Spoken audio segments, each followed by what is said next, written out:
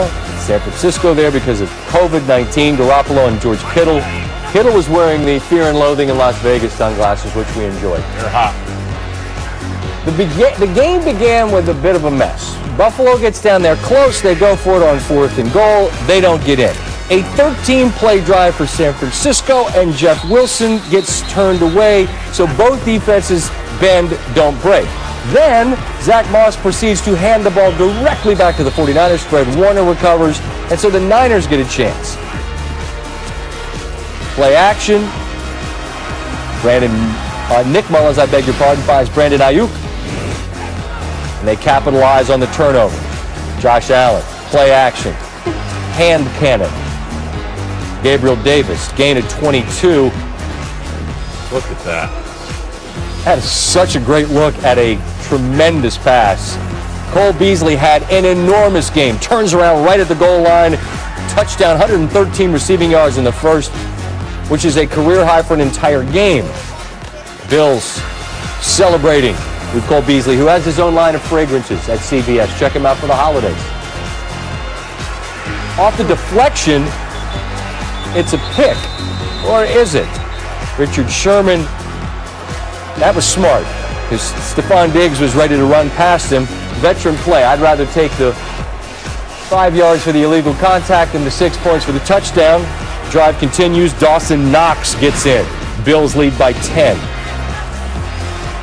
Past the midway point of the third, 7-point lead, doubles on a beautifully called, what's that route called, Steve? This is speed route. Speed route. Isaiah McKenzie, 24-10. Mullins, Ayuk, deep and playable. Gain of 49. Give it to the fullback. Kyle Juszczyk gets to the pylon. Niners hanging around, still within striking distance. But Allen was tremendous in this game. Clean pocket, got time. Niners secondary loses Davis, and it's a 17-point lead. Mullins finds Kendrick Bourne down at a goal line. Plays called a touchdown, but you can see he is down before he reaches the line. In 3rd and goal, and Mullins tried to sneak it in, but it was a false start, so they backed him up 5 yards, and then he's picked by Tre'Davious White. That's the second pick for the Bills' defense. Allen's the story, obviously, offensively. The defense does enough. And we take a look at the AFC playoff picture, and it is loaded. No change to the seeding, but developments are ongoing. Bills maintain that lead over Miami ahead of a big matchup on Sunday with Pittsburgh. As for the Steelers, they remain number one for the time being, thanks to a better record in conference games. As for the Niners, who moved out of their home and have dealt with so many different injuries and starting lineups, they haven't complained. They keep swinging. Their head coach, Kyle Shanahan, on what went wrong on Monday night.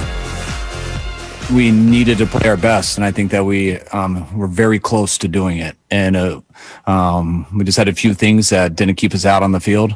And when you do that versus an offense and a quarterback like that who's playing the way they are, and you don't get it back from a while, the game gets away from you. I think we needed to keep matching them, and it was frustrating because I believe, not taking anything away from them, they did an awesome job, but I believe that we were capable of that. And we had our times, which I think you saw at times, but we had to do it every time today, and we didn't get that done. Louis Riddick, Brian Griese join us to talk about, really, Josh Allen's night. And Griese, I'll start with you again since you played the position. If you were to give me your best thoughts on his night, where would you start? He was calm and cool, and we've known, Scott, that he's got the ability, he's got the size and the potential. The question was, could he do it consistently on a week-in and week-out basis? Could he lead a team, a playoff caliber team, and could he take that next step? And there's no question he did that tonight against a defense that was coming in, a top 10 defense, and everybody thought that they would give him trouble, but he was on point. He was good against the zone. He was good against man, and all night it seemed like Robert Saleh and that defense didn't have an answer. Louis, I love that I was just going to say, Louis, I love that you tweet out that you get a chance to sit down with these coaches. You get to pick their brain. You get to find out sort of what they're thinking that we don't ever really know, and you'd understand it better again than we would. But a guy like Brian Daboll, his coordinator. How is he helping to elevate what Allen is and maybe eliminate some of those hero plays to be what he can be that maybe only a few guys in the league can be? Well, I think it's about relationships, and then it's about play calls, and I think it's about communicating expectations, which for a guy like Josh Allen, it's about this. Hey, look, every time doesn't have to be that hero-type ball. Every time you get outside the pocket, you don't have to put yourself in harm's way.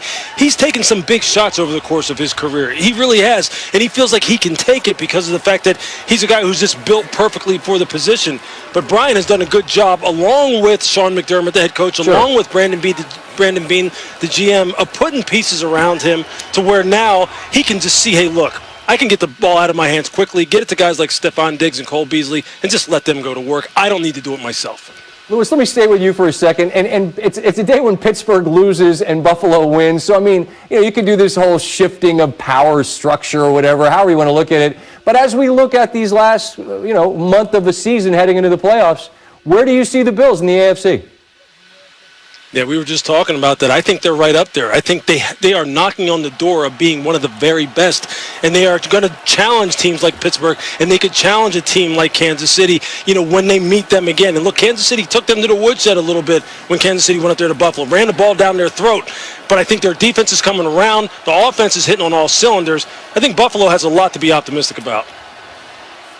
Fellas, how about a December game with the Cleveland Browns with something to say, man? Next week is a big one for the Browns. We look forward to seeing them and travel safely, and we look forward to our visit when it's done. Thanks as always.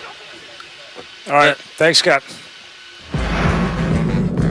NBA season begins 2 weeks from Tuesday. James Harden been the subject of quite a bit of conversation and conjecture, interested in being moved to Brooklyn. Deal didn't come. Russell Westbrook was traded out of Houston, and now with camp underway for the Rockets, Harden is not with his team, and their new head coach called it what it is. It is a setback. I mean, I have to be honest and understand that this is a setback, not having one of the best players in the NBA here. I've been in situations before where we had to hold out and just kind of handle each individual situation on its own merit and individually. So I take it basically at face value that he's not here. What the reasoning is on him. He's the one who can explain why or why not he's not here.